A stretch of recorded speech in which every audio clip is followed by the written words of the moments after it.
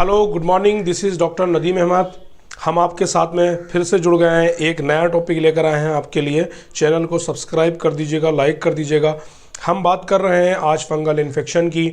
आपके लिए जो बहुत सारी सूखी खुजली, दाद, खाज, खुजली, सफ़ेद दाग, ये सब जो फंगल इन्फेक्शन की वजह से हो जाती हैं, उनके बारे में हम बात करेंगे कि टीनिया कॉर्पोरिस, टीनिया क्यूरिस और टीनिया प्लेजस, इन सब के जो इन्फेक्शंस होते हैं क्यों होते हैं, वाई इट इज़ कॉस्ट, और इनका क्या ट्रीटमेंट है। आपको सूखी खुजली से कैसे समाधान दिलाया जा सके, आपको दांत से, रिंग वॉर्म से, टीनिया कॉरिस के इन्फेक्शन से, सफ़ेद कलर के जो दाग हो जाते हैं उससे, और साथ साथ में जो वाइट कलर के पैचेस हो जाते हैं हल्के हल्के, सोरियाटिक नहीं, जो टीनिया वर्सिकोलोर, पिट्रियसिस वर्सिकोलोर के इन्फेक्शन जो हो जाते हैं, तो हम उसके बारे में बात करेंगे कि ये किस तरीके से, हम कौन से एंटी फंगल ड्रग हम यूज़ करेंगे और कौन सी एंटी हिस्टामिन यूज़ करेंगे जिससे हमारी खुजली भी कंट्रोल में आए और ये दाद, धब्बे, सफ़ेद और सूखी खुजली भी चली जाए। चलिए, तो चैनल को सब्सक्राइब कर दीजिएगा, मेरे साथ बन जाइएगा।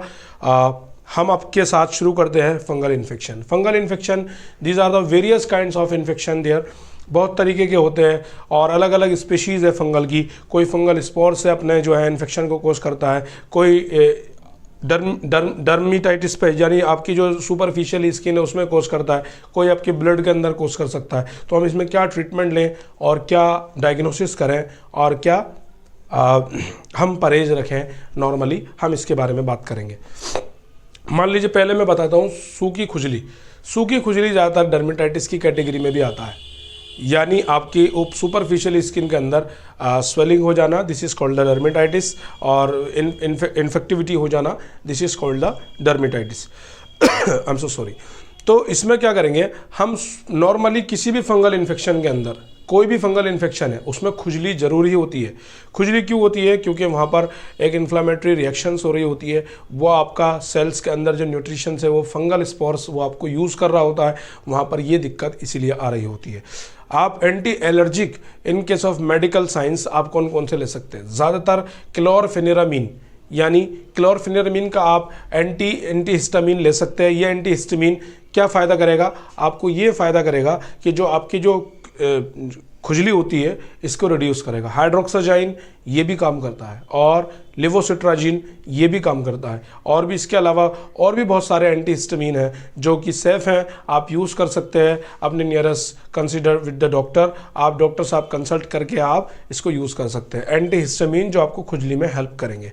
बाकी एंटी फंगल ड्रग आप कौन कौन से यूज़ कर सकते हैं इन केसेस में? ज़्यादातर इट्राकोनाजोल, टर्बिनाफिल, फ्लोगनाजोल और इस जैसे एंटी फंगल ड्रग आप यूज़ कर सकते हैं इन फंगल इन्फेक्शंस में। मोस्ट ऑफ द टाइम सूखी खुजली में और धब्बे में और पिट्रियसिस वर्सिकोलोर के इन्फेक्शन में बहुत अच्छा एंटी फंगल जो इस टाइम मार्केट में बहुत ज़्यादा शॉर्टेज भी है, उसका नाम है ग्रिसोफ्लुविन। बहुत अच्छा एंटी फंगल है। इसको अगर आपने सुबह शाम 250 mg में लगा लिया और कोई भी एंटी एलर्जिक के साथ में, तो आपका जो फंगल इन्फेक्शन है वो धूल की तरह हो जाता है 15 से 20 दिन की थेरेपी में। इसलिए मार्केट में बहुत शॉर्ट है, बहुत बड़े डर्मेटोलॉजिस्ट इसको यूज़ कर रहे हैं, ग्रिसोफ्लुविन को, टर्बिनाफिन को। आप टॉपिकली क्रीम भी यूज़ कर सकते हैं। डर्मीजोन जैसी क्रीम आती है जिसके अंदर नियोमाइसिन और एंटियोबैक्टीरियसिन और इसके अलावा डेक्सामेथासोन और भी बहुत सारी वेरियस साल्ट्स कंपोज्ड होते हैं। इन जैसे क्रीम्स को आप, जिसके अंदर लूलिकोनाजोल, ये सारे क्रीम्स आप टॉपिकली यूज़ कर सकते हैं अपने दांत, खाद, खुजली में। बहुत सेफ हैं, बहुत अच्छे हैं। लूलिकोनाजोल का लोशन भी आ रहा है, मोस्ट ऑफ द रूटीनली चलने वाली ये क्रीम है। इसमें परहेज क्या रख सकते हैं? आपको चावल, खटाई, गोश्त और तला हुए का इसमें बहुत इंपॉर्टेंट परहेज है। अगर आपको एंटी फंगल इन्फेक्शन है, अगर फंगल इन्फेक्शन में अगर आप ये परहेज नहीं रखते तो ये आपके लिए बहुत ज़्यादा ट्रेमेंडस होगा। तो इसलिए आपको इस चीज़ का रखना है जिससे आपकी ईस्ट की ग्रोथ ज़्यादा नहीं हो, फंगल की ग्रोथ ज़्यादा नहीं हो। इसलिए लाल गोश्त पर, ये रेड मीट होता है और जो है ये गर्म चीज़ें होती हैं, इन पर थोड़ा परहेज रहना होता है।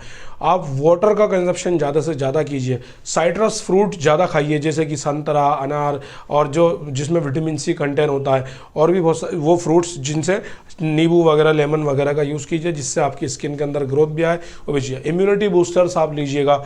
ये सब लीजिएगा। अपने नियरेस्ट डर्माटोलॉजिस्ट को दिखाइएगा और बताइएगा कि मुझे ये प्रॉब्लम है, वो आपको ये दवाई दे रहा है, तो you have to the satisfied with your doctor कि हाँ भाई मुझे एंटी फंगल और एंटी हिस्टामिन डॉक्टर ने दे रखा है, मुझे परहेज रखना चाहिए। आई होप आपकी ये बीमारी ठीक होगी।